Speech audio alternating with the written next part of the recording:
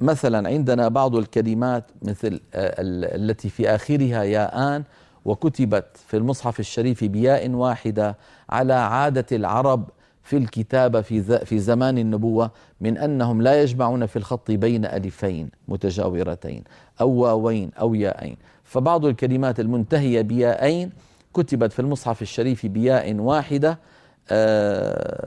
لكن حفصا رحمه الله يقف عليها بياءين. نأتي بالأمثلة على ذلك وأعود فأنبه عليها. نرى على اللوحة التعليمية التي عندنا في الحلقة اليوم، اللوحة الأولى، أمثلة على الوقف الاختباري أو الاضطراري ما حذفت منه إحدى الياءين رسما. المثال الأول قوله تعالى في البقرة: لا يستحيي أن. يستحيي فعل المضارع بوزن يستفعل.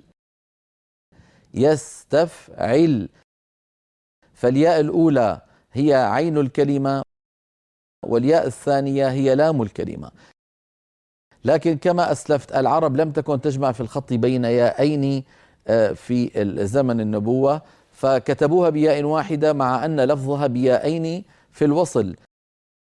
لا يستحيي أن، فإن وقف يقف لا يستحيي. نص على ذلك إمامنا ابن الجزري وسأذكر ذلك بعد قليل.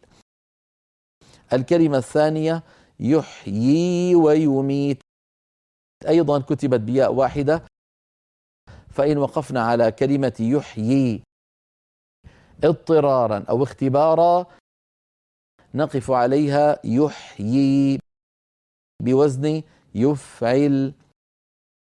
لمحيي الموتى نقف عليها لمحيي، أيضا بياءين.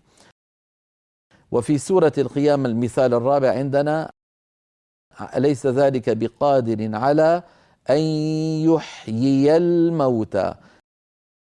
أن يحيي آخرها ياءان، فهذا المثال بالذات يعني علماؤنا ادعوا بأن الياء المحذوفة هي الأولى، وكانوا يستطيعون أن يدعوا أن المحذوفة هي الثانية كما فعلوا في الأمثلة التي قبل ذلك، لكن هكذا فعلوا فادعوا بأن المحذوفة هي الأولى وأن الثانية هي المنصوبة بأن، فعندما نقف عليها أن يحيي.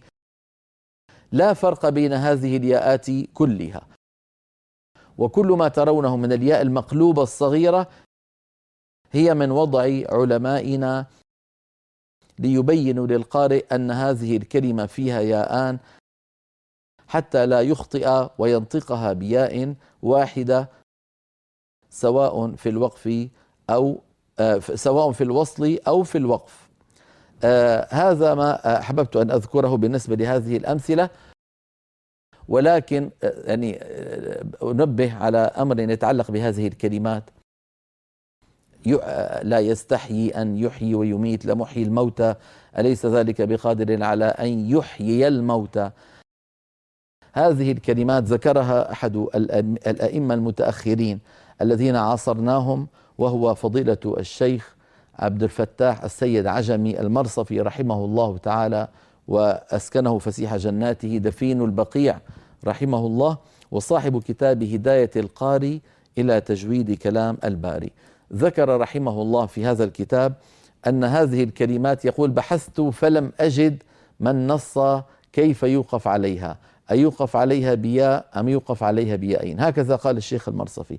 قال الشيخ المرصفي رحمه الله: والذي أراه، يعني هو والذي أراه أن يوقف عليها بياء واحدة، يعني كما يقولون طردا للقاعدة، لأن قاعدة حفص أنه يتبع الرسم.